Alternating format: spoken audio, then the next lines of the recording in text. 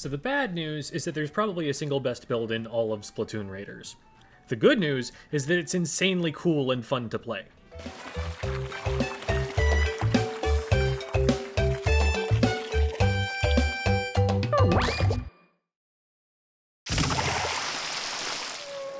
The reason I feel comfortable this early on saying this is the best build is that the top players who are pushing floor records, cracked 4K X power Japanese players who are grinding the game a lot, they're all using the same build.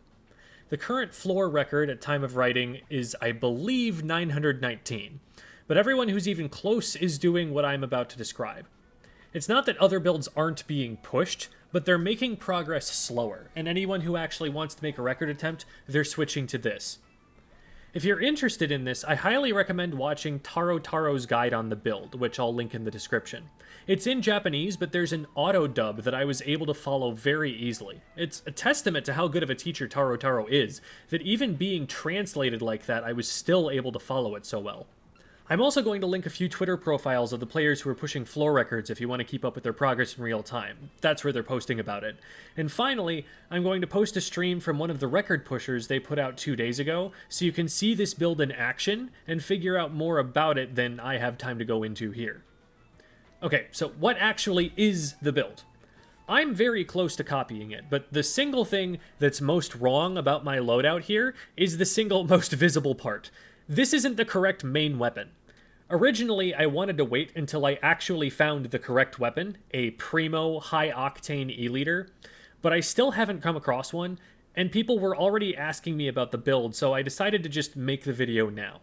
I could use my normal high-octane E-liter here, but my Explosher is actually better suited to showing this because it has both Icebreaker and Fermentation Explosion, while the E-liter doesn't. And I don't want to spend chunks on a weapon that's going to be obsolete as soon as a Primo drops for me. See, this whole build is very interdependent. I don't feel truly comfortable telling people E-liter is the best weapon, because that makes it sound like you can just slap E-liter into whatever gadget combination and have it all work better for having the E-liter. It's not just that it's an E-liter. It's an E-liter with Icebreaker and Fermentation Explosion, and this combination of gadgets, all of which need certain gadget parts for any of this to remotely function. The challenge you face in the lower floors of Bottomless Buffet is that enemy health bars get bigger and bigger, and it starts to take too long to burn through them. You need to maximize your damage output, and the way everything scales up, gadget damage starts to fall off. You can get hundreds of floors deep with a lot of builds, but eventually, things like High Fiver, a favorite of mine that sometimes just one-shots bosses on lower levels, stops doing that kind of damage. You need to be making your main weapon damage count for all it's worth. Icebreaker causes the first main weapon shot that hits a frozen enemy to do 5 times their normal damage, but then immediately unfreeze it. This is wasted on something like a splatter shot. Icebreaker will only deal damage equivalent to just sitting there with the ZR button held down for 1 more second. But for stronger, slower weapons, Icebreaker makes for some really funny numbers. E-liter shots also pierce and hit enemies behind the first target, so if you can freeze 2 bosses and hit them both in 1 shot, you haven't 5x'd your damage, you've 10x'd your damage. Blast Boot and Jump Bomb are chosen in part because they have access to a gadget part giving them 100% freeze chance. If you use these on a boss that hasn't been frozen before, it will freeze every time. Like we talked about in my short from earlier this week, after freezing a boss, the number of freeze procs you need to hit to freeze them again doubles. So first, you need to hit with one of these gadgets, and then you need to hit twice with one of these gadgets, one after the other, and then you need to hit 4 times, and so on, just to get another freeze. Part of the advantage of these gadgets is the mobility they give the build, but part of it is also that you have 2 sources of freeze instead of 1. You can put together some cool combos where, if a boss has already been frozen once, you can hit the first freeze proc with Blast Boot, and then quickly Jump Bomb away. Its buddies can't jump you, but you still hit the second freeze proc, and now you're in the air with it frozen, and you can safely charge your Icebreaker shot. Setting up icebreakers, and especially pierce icebreakers, is a big part of the build, but there's a whole other source of burst damage from Fermentation Explosion. Torque is probably the single strongest gadget in the entire game. You can set it to ferment everything with one gadget part, then crank the horizontal radius up so that it's fermenting even more everything than it did before. And you can also set it to suck enemies toward it. Hitting one enemy that's fermented and triggering a fermentation explosion will do a little bit of extra damage, but when you group most of the lessers on the entire map on one spot and mass ferment all of them with one button press, you're going to trigger multiple explosions when you pierce that whole group with an E-liter shot. We don't actually care about the lessers that much. We're flying above them. They're not a threat unless we decide we want to land, and they don't give us a lot of eggs.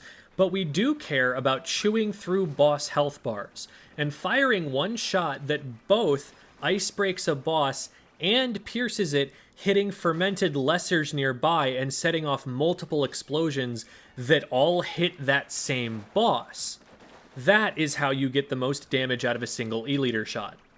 Torque is already powerful for setting all that up, but it also does two insanely powerful things for you. The first is that it keeps you floating up in the air indefinitely with floaty fun. Touching the floor is optional now, and you're only really going to be threatened by something with a projectile attack. Everything else kinda just has to sit below you and hope you decide to get within frying pan range at the wrong time.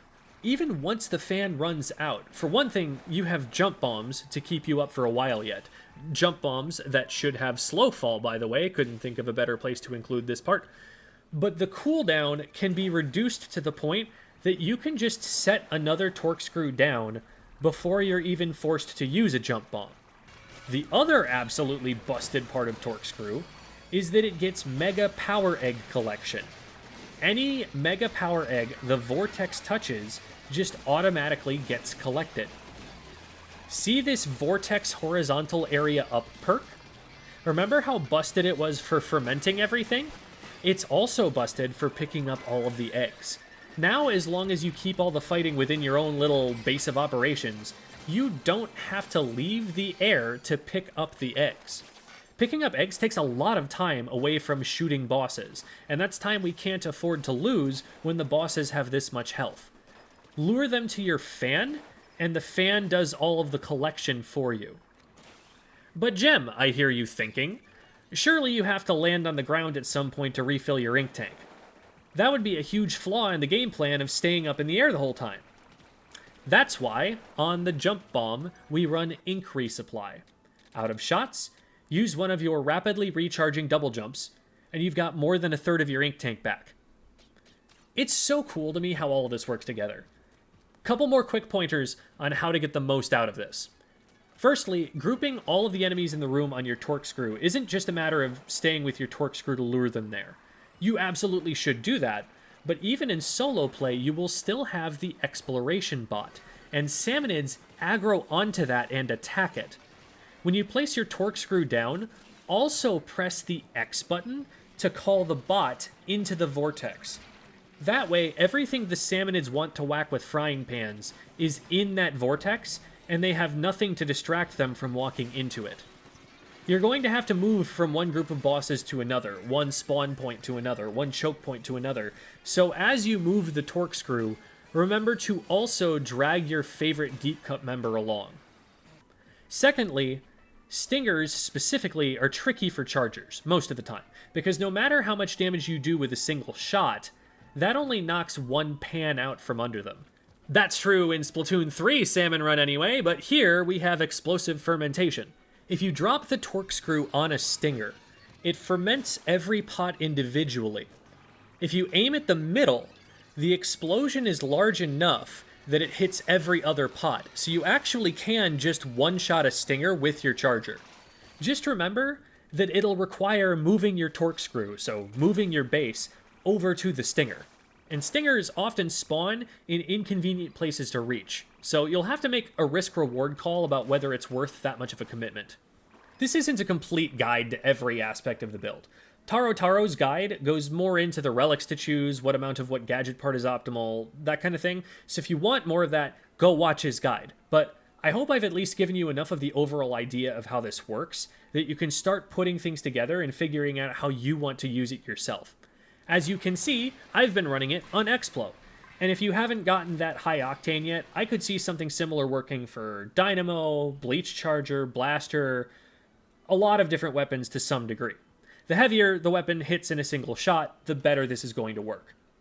What I hope I've gotten across is that just because the game has a meta doesn't mean that has to feel bad. To me, it feels empowering to suddenly have all these ideas about ways the game mechanics can interact. I can copy what they're doing, sure, but I can also adapt these tactics to fit my situation in the meantime. And I can also just appreciate the crazy work these top players are putting in, the brilliant creative problem solving that they've done, as they go for the deepest dive they can make in endless mode. It's been fun for me to watch this develop, and I hope that now you can understand why, and that it'll be fun for you too to see how far the game can be pushed.